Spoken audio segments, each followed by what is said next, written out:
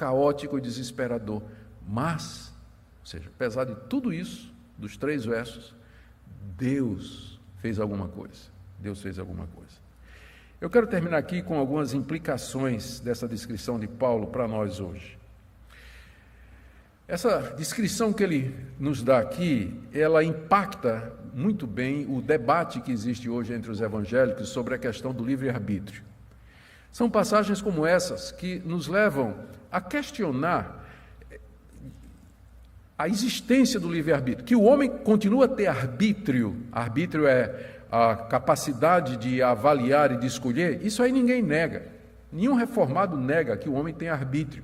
Nosso problema é com a expressão livre, porque livre significa um arbítrio que livremente, isento de influências externas e internas, pode decidir entre o bem e o mal. Diante dessa passagem, não tem como aceitar que o homem, por natureza, ele seja livre para renunciar a esse mundo, virar as costas para esse mundo, romper o domínio do diabo, sair da sua morte e dizer: eu quero Deus, eu quero Cristo, eu quero me converter. Essa passagem, ela coloca a questão do livre-arbítrio no seu devido lugar. Arbítrio nós temos, só que ele não é livre.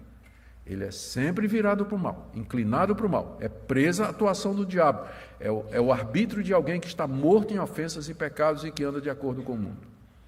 Essa passagem também, ela é boa para um outro debate, porque com certeza, se você está acompanhando aqui, em vez de estar vendo aí o replay do jogo do Flamengo no seu celular, se você está me acompanhando aqui, você iria logo dizer o seguinte: pastor, mas essa descrição é terrível, ela não bate com o que eu vejo, porque eu conheço gente que não é crente, que é mais crente, quer dizer, que faz coisa melhor do que o cristão. Eu tenho um vizinho que é ateu, o cara contribui para hospital, ele construiu uma creche, ele dá sopão para os pobres, é uma pessoa boa, cuida bem dos seus filhos, pastor. Então essa descrição que o senhor está dando aqui não bate com aquilo que eu vejo na realidade. A resposta que nós damos é que essas pessoas, elas são exatamente isso que o apóstolo Paulo está dizendo aqui. E se alguma coisa boa elas fazem, isso é a graça de Deus, a misericórdia de Deus, que a gente chama de graça comum, operando na humanidade para evitar que a gente seja tão ruim quanto a gente pode ser. Isso aqui é a descrição de todos nós somos isso aqui. Deus, na sua misericórdia, ele não somente resolveu salvar um povo dessa situação, mas aos demais ele estende a sua graça comum. Como Jesus disse, Deus faz com que a chuva caia sobre o quintal do justo e do injusto.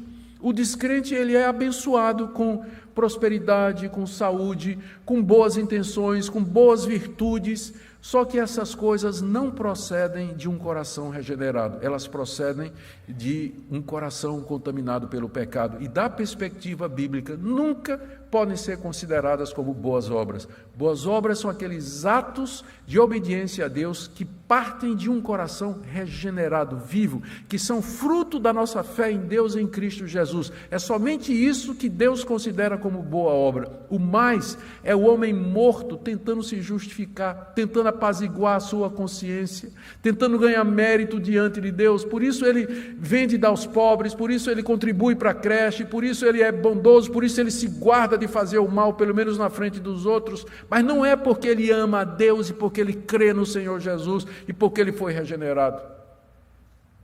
Porque o estado real da humanidade é esse aqui. Todo bem que existe no mundo procede de Deus e não do coração humano. Todo bem no mundo vem de Deus e não do coração humano. Uma outra área em que essa passagem nos ajuda a entender é a área da questão da salvação. Esse quadro aqui é devastador. Nós precisamos da graça. Talvez você esteja aqui hoje e secretamente no seu coração você tenha esperança de que Deus vai lhe dar um tratamento diferenciado porque você não é tão ruim como certas pessoas. Você vai dizer assim: pastor, eu sou ruim, mas você precisa ver o meu vizinho, acaba bate na mulher.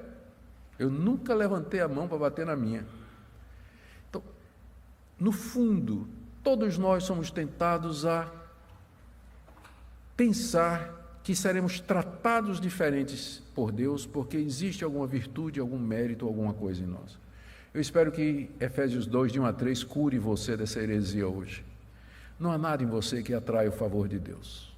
Não há nada em você que mereça alguma coisa de Deus. E o pior, não há nada que você possa fazer, porque o estado é esse aqui. Você está morto, você está naquela tábua do necrotério, né? Estendido ali com o lençol por cima, frio, inerte, insensível. Esse é o seu estado diante de Deus.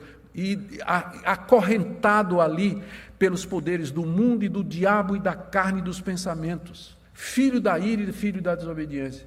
Não tem nada que você possa fazer.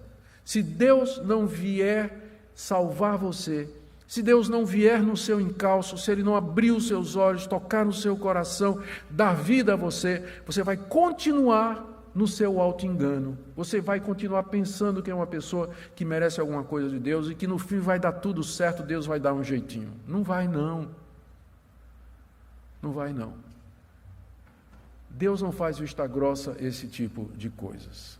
E por último, eu queria só dizer aqui, que aqui eu encontro uma das muitas razões pelas quais eu creio que o cristianismo de fato é a religião que Deus revelou. Se eu fosse criar uma religião, se fosse inventar a religião do zero para ter muitos adeptos, eu ia fazer uma religião onde a antropologia, que é a visão do homem, seria extremamente positiva.